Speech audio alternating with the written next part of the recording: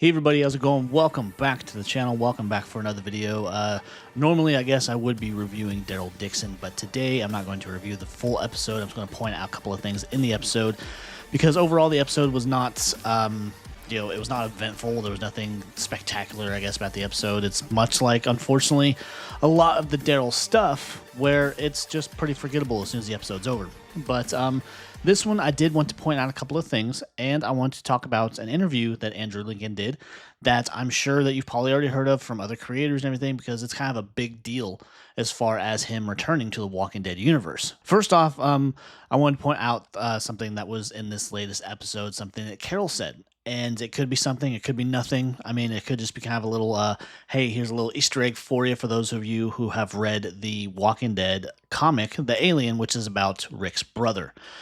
And Carol goes off to say, as she's sitting there talking with, I forget his name now, but as he's kind of looking over her wound and kind of patching it up a little bit, where she says something, because he mentions Barcelona, that he spent some time there. But she says, I have a friend whose brother lived in Barcelona or moved there shortly before everything kicked off.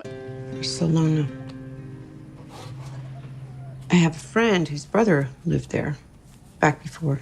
And if you read the comics, and spoilers if you didn't, for this particular kind of offset title is about Rick's brother and his time in Barcelona. He does die in Barcelona, so we don't really have much story other than that, just one little off story and everything. But I just thought it was interesting. Now you have to wonder, are they setting something up, or just kind of a throwaway line, just kind of something to throw in there, be like, oh, hey, we are going to mention this solely because we're taking place in Spain in this season. So we want to include a little something for the fans or whatever. Do I think it's going to build up into something as far as somehow his brother survived in this iteration of it? Probably not. That would be my best guess, because people would see that as kind of a cop-out type situation, especially when all we want to do is see Rick come back to the franchise and see the story wrapped up and everything. Would it be kind of cool? Yeah, it would be kind of cool to see him be included in the story and everything, to learn more about his brother and his time in the apocalypse. Now he survived and all of that. But as I mentioned in the comic, he doesn't. He doesn't make it past, I want to say, like the first few days of the initial outbreak, honestly. And so it was fun to see that. And then we had another scene within the episode where we have Roberto and Daryl off trying to find replacement parts for the boat, because Roberto's going to help him fix that boat, because Roberto and Justina want to leave, or he wants to take Justina and get her away from this situation within this community and everything. So we have him going out there helping him, and they pass this statue. It's the patron saint of something. I can't remember now. But as they come back, because when they first pass it, Daryl kind of ignores it. It's like, okay, whatever. But it comes back, and it's because it's a saint of, I guess, hoping for the best for others, or just hoping that people find peace. And he comes back, and he goes to lay a Rubik's Cube. So maybe he's talking about RJ, he's talking about Judith, but he lays this Rubik's Cube down, and we get kind of a little glimpse of this vest, or I'm not sure what it is, but it says PPP on it. And of course, this is a reference to the whole mystery around Heath disappearing, where the only thing left behind was the PPP card. And then we also had that reference back in Tales the Walking Dead, where what's-his-face that played A-Train and the boys had a card in his wallet with PPP on it. This isn't confirming anything, mind you, but I think it was just kind of another Easter egg they wanted to throw in the episode. They wanted to give us a hint that they're referencing something that they are building up to. So I just thought that was interesting to see that one little part with Carol and mentioning what we can all assume was Rick's brother, and then the PPP thing. And now this big thing that came out, I want to say yesterday, was Andrew Lincoln, of course, was doing an interview with BBC about this play that he's doing.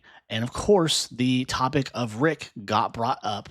And the only thing he said, which even though it was the only thing he said, it was a big fucking deal. He said conversations are happening. And then he quickly diverts away from that, going back into the play. Of course, he's not going to reveal too much information of what those conversations really entail.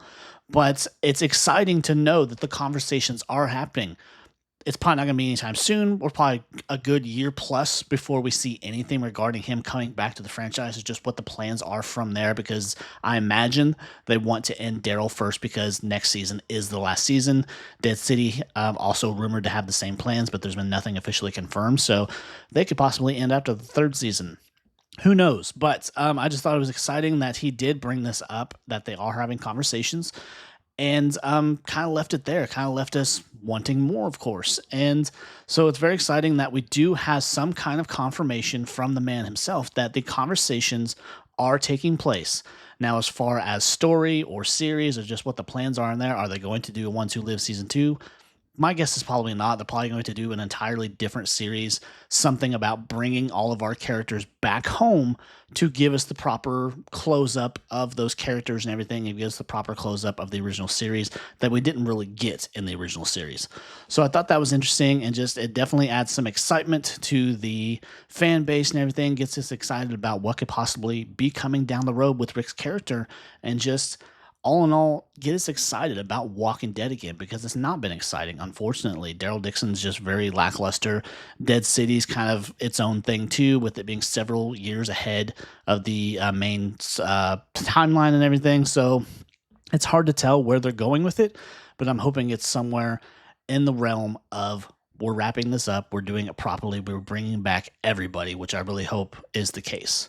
But anyways, guys, I just want to talk about that today. Just kind of point out a couple things in this latest episode of Daryl Dixon. Not cover the entire episode because that was about the only significant things that really happened other than Justina offering herself up so that Alba doesn't have to go. But other than that, I hope you enjoyed the video. Hope you enjoyed the news and the Easter eggs and everything. If you do like this type of content, please be sure to leave a like, leave a comment, consider subscribing, and I would really appreciate it. And I will see you next time. Take care. Bye.